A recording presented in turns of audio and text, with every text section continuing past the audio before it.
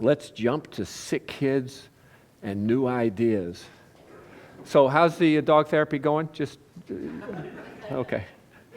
So here's a question for CPAP or high-flow nasal cannula for kids who need non-invasive pressure ventilation. This is 24 British PICUs, 573 kids, and they were randomized to either high-flow nasal cannula or CPAP. About 50% of the population had bronchiolitis. And what they found is that both worked almost equally in terms of measures of response, of improved oxygenation and whatnot. They were essentially equal. If anything, there was a slight advantage to the high-flow nasal cannula. And one of the two things that were substantially different, several things that's substantially different, the intubation rate was the same, mortality rate was the same. Need for sedation was about 10% less in the ones that were on the high-flow nasal. The ICU stay was 5 versus 7.4 days. They were able to stop the high-flow nasal cannula about 5 or 6 hours earlier than the CPAP. That may be because if you're on high-flow nasal oxygen, you can say, okay, I feel better now, I don't need it. If you're on the CPAP, you'd say, hi, it's still there, I don't need it. So you may not even know that they're better. But the next question is it safe to administer pressors through peripheral IVs in kids? How many of you have a rule in your institution that pressors can't go through a peripheral IV? Anybody here? Is there so what do you do when somebody comes in, they're in shock? You just leave them in shock till you get a central line in? Nope. Pretend I forgot. Yeah, that's a good thing. So actually, when our institution decided they had to have a policy on this, so they got a lot of other policies from other institutions, and they all said the same thing. Absolutely, you can't put it through a peripheral IV. So that when you have to, it has to be changed within 24 hours. So that's what all the policies were. So a lot of us have put it through peripheral IVs without consequence. We use midlines now instead of central lines all the time, and you can certainly put it through them. There's been studies on this, and the risk of it from midlines is extremely low. Nothing's ever zero. And the risk from a peripheral IV, as per this study, there were, out of 231 peripheral IVs where pressors were going through, there were 4 extravasation events. Nothing bad happened with those kids that had the extravasation event. So the conclusion here is that you do what you have to do. It's probably safe. Now, there's a thing in medicine called publication bias. So you run through a peripheral IV some pressor, and there's a horrible consequence, and that arm gets amputated. Is your first move to go publish that? Oh, let me let everybody know in the history of medicine, because when they ask me in the malpractice suit if I've ever published, I can say, yeah, I've published a great case that you're suing me for. So we do it, and obviously there's by the way, all of these extravasations were in the hand. Probably not the best place to have it, but there's not really a good place to have it. But I think this issue sort of exploded for, I don't know why, about 10 years ago. I think it was with all the central lines and the sepsis and a lot more use of pressors than in the past.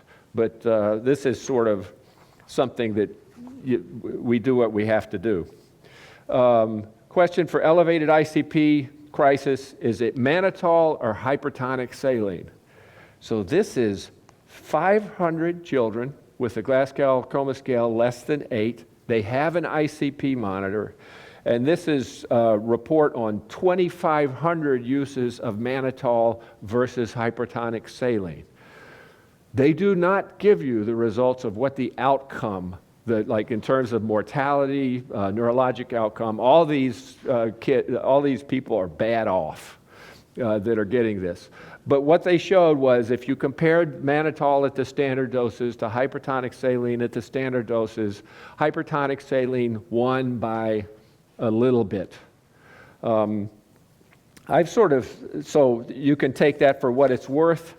Generally, if you've got a kid who's got a Glasgow Coma scale of less than 8 and they got a monitor in, that decision making is not going to be on you. It's going to be on the neurologist, neurosurgeon, the intensivist that's taking care of them. But I do find, for instance, with severe hyponatremia, with that is symptomatic severe hyponatremia, that people are very afraid to give hypertonic saline. That, oh my God, I'm going to shoot the sodium up from 105 to 140 or whatever else. So I think it's nice to just sort of back up and ask yourself, what is 100 cc's of hypertonic saline? It's the same salt load as 300 cc's of normal saline.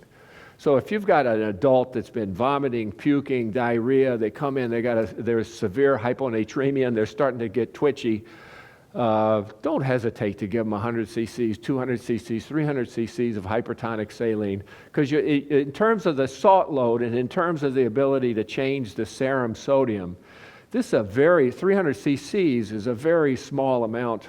300 cc's of normal saline would change that sodium very, very little. So don't be hesitant about giving a dose and then another dose and then a repeat dose if necessary to get somebody out of the fire so that they're stable, and now you can take your time getting them up. Okay, next question. What pediatric patients are most likely to crash after intubation? So this is from UC San Diego, 543 intubations. It's a 9-year data set, and they had 21 cardiac arrest, peri-intubation cardiac arrest. And they said, well, what are the things that put you at risk for this? And some things would not be surprising. You're tiny instead of big. You're more likely for this to happen. You're hypotensive.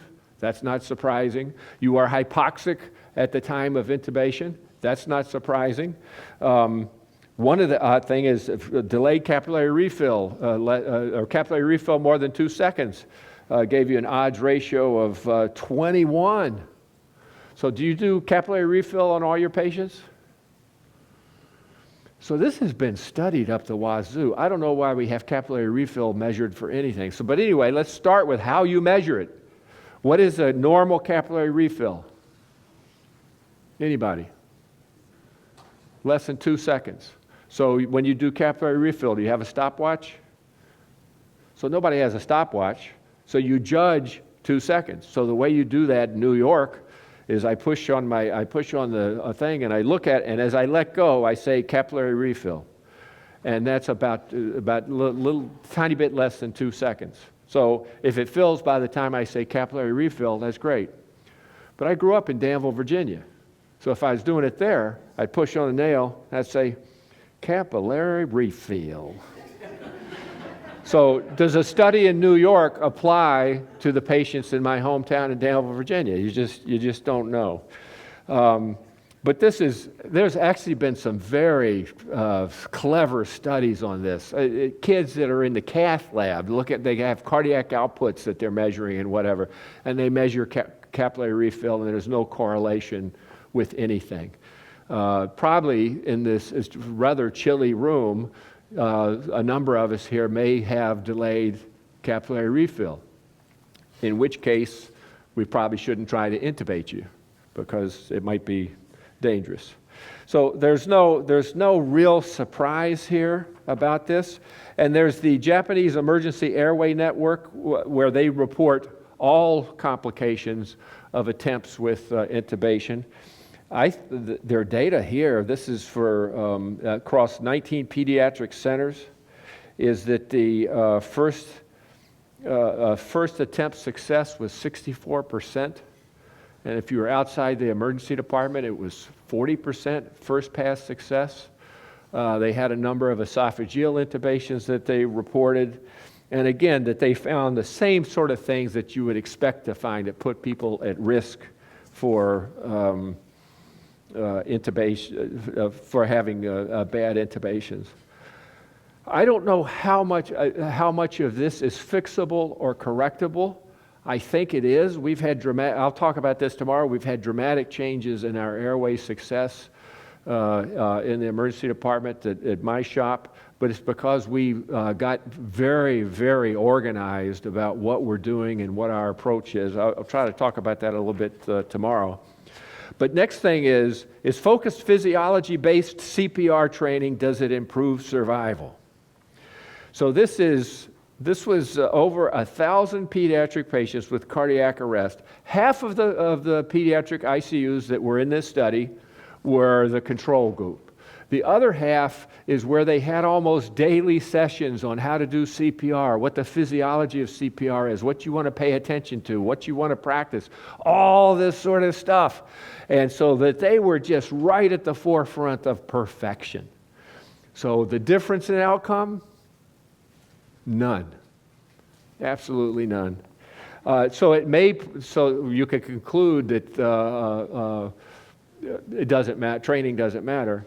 Or you could conclude, what I conclude is that if you're a pediatric intensivist, you probably already know how to do pediatric resuscitations, and reminding you constantly of it is not being very helpful.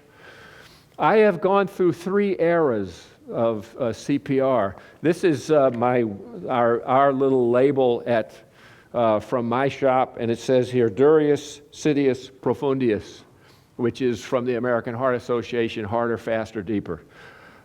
Whoever was at that meeting, I don't know how they came up with this. But when I was a resident, a medical student and a resident, CPR was a violent event, multiple rib fractures, etc. and so forth.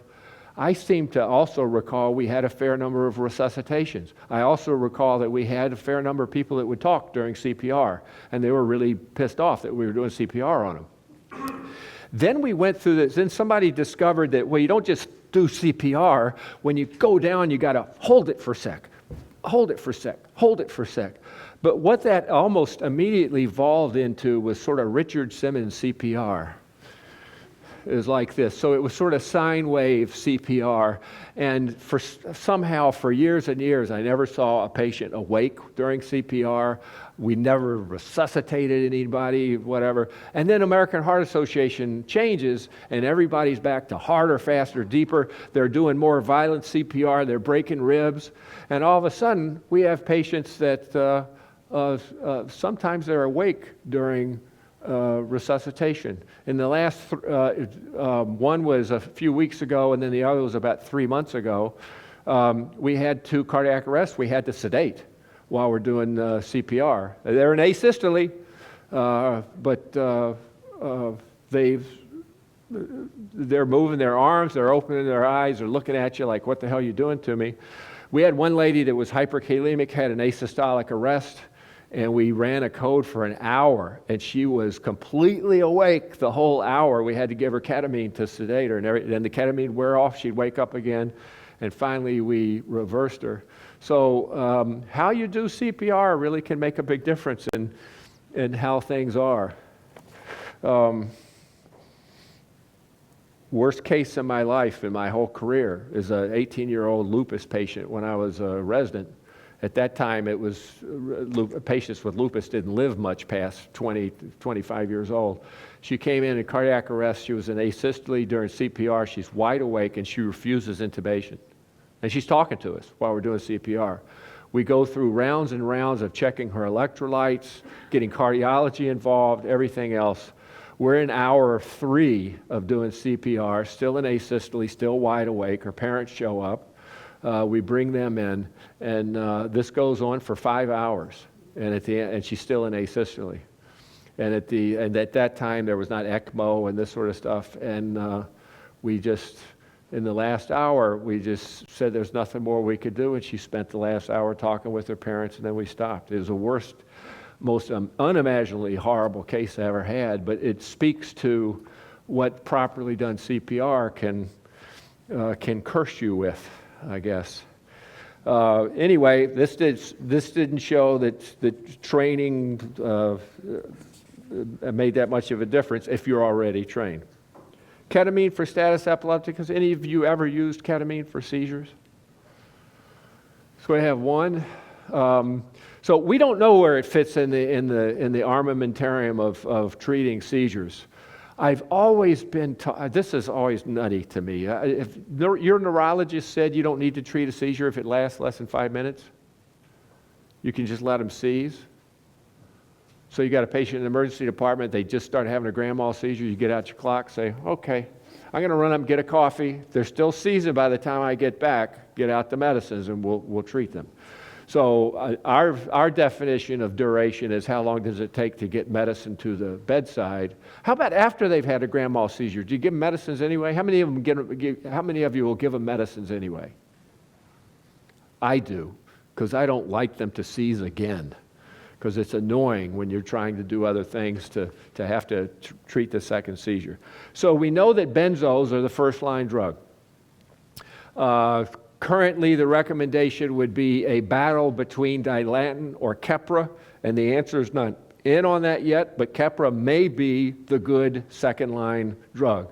And then the third-line drug, which is, and all this is based on ancient history and hieroglyphics and what else, would be phenobarbital. If you're at the phenobarbital level, you are at the level where the patient's definitely going to be in shock, and you need to get your pressors out if you're going to use it.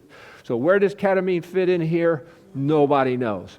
But it's clear from case series that when all else fails, ketamine has been shown to be successful. And it has a lot of unique properties that might work for seizures. So it's always a go-to drug for me if I say, all right, we're stuck, this is status, we need to intubate the patient. I will use ketamine as the inducing agent and do a delayed sequence intubation, meaning I give the agent, I watch, I get them oxygenated, I get them stabilized for the intubation, and then sometimes you might be able to avoid the intubation because their seizures stop. And if you give them time to recover and they don't need airway protection, then you're good to go. So it's in this study, the ketamine was given an average of 20 hours after the onset of the status. I remember Billy Mallon talking about a case where he had a kid that could not stop seizing in the ED, so they used all the other drugs. They gave him ketamine, and boom, it was the seizure stopped. So it's admitted to the PICU, and the PICU attending puts in a complaint, a safety complaint that this stupid doctor in the emergency department gave ketamine. That's the wrong thing to do. How dare you? So the kid starts seizing up in the PICU. And they give drug A, B, C, D, E, F, G. Nothing works. And then they sort of, maybe, and they gave him ketamine and the seizure stopped. But the complaint was already out. So he got to have fun. I don't know if you know him, but you can imagine how he would respond to such things, not with a back massage. So anyway, that's ketamine. Just stick it in the back of your mind. This is not an ED study, and it's just not known what its role is. But I do recommend to you, if you have any seizure disorder patient where you need to intubate them, ketamine is just such a great drug. One shout out I want to give to about benzo withdrawal. When you look at the literature on benzo withdrawal, it's sort of wrapped into alcohol withdrawal. But it's really, really different. It's we had a lady that came in. She's a 72-year-old with progressive confusion over a week, and not to go through the whole details of her case, but after a very extensive workup, she was briefly given propofol for a procedure. And after the propofol wore off, she was completely and totally lucid and able to say, I ran out of my Xanax a week ago.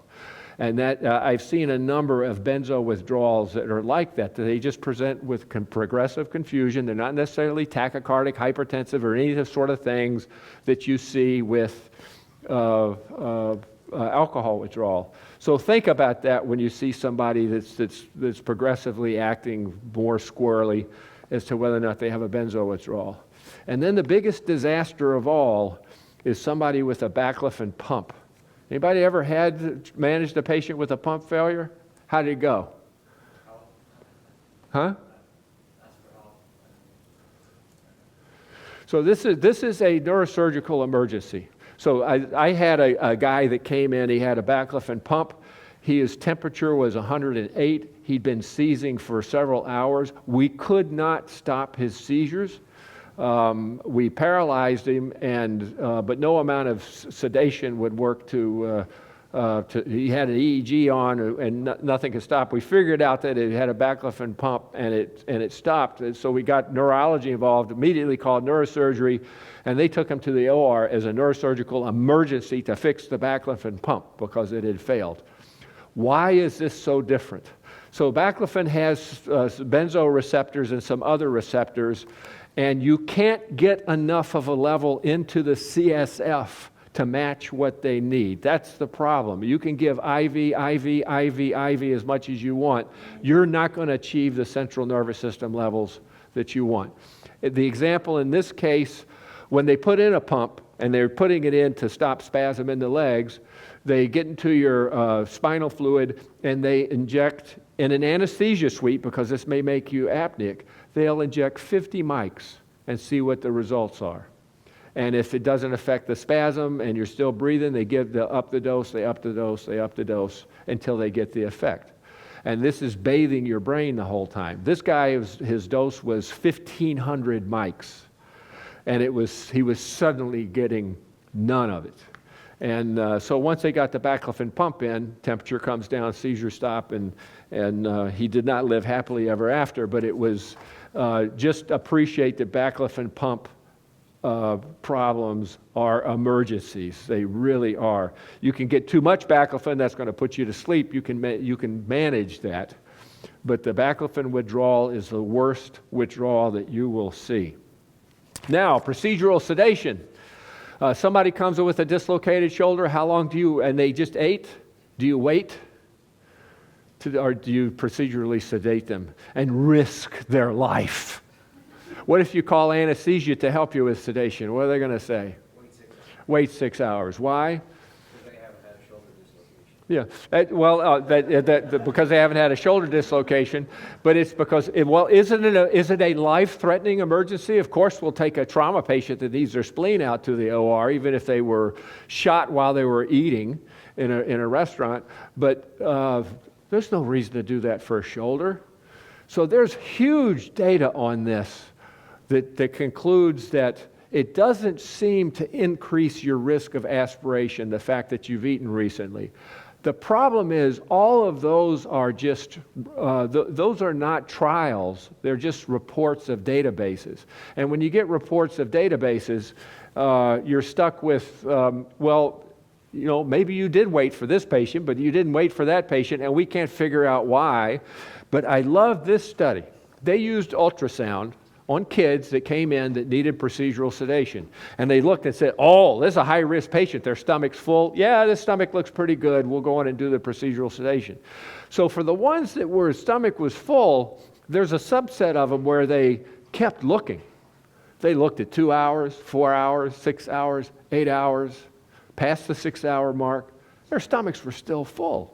So they said, screw it. They went on and did the sedations. There were no aspirations in the group. But I thought this was a really funny study, that if you actually believe this whole thing about, you can't go swimming an hour after you eat, you can't do anesthesia until 6 hours later, this sort of throws that whole thing out, is that stuff may sit in the stomach forever. The last thing here is, what's the number one killer of children in the United States? It used to be trauma. Or automobile, and now it's guns. And there's a whole section here on guns. Is how do we achieve what we have achieved with car safety? Is we changed everything except the human. We made the cars crash worthy. We did seat belts. We did airbags. We did all sorts of things because we can't change the human. And so there's a long discussion here about that we don't do anything at all similar. In fact, we're sort of going the opposite direction. And I appreciate that. I mean, I have deer on my property, so I clearly need both an AR-15 and a Patriot missile system to get rid of them, because how else would I be able to survive? But this is just a sort of a sad section of this.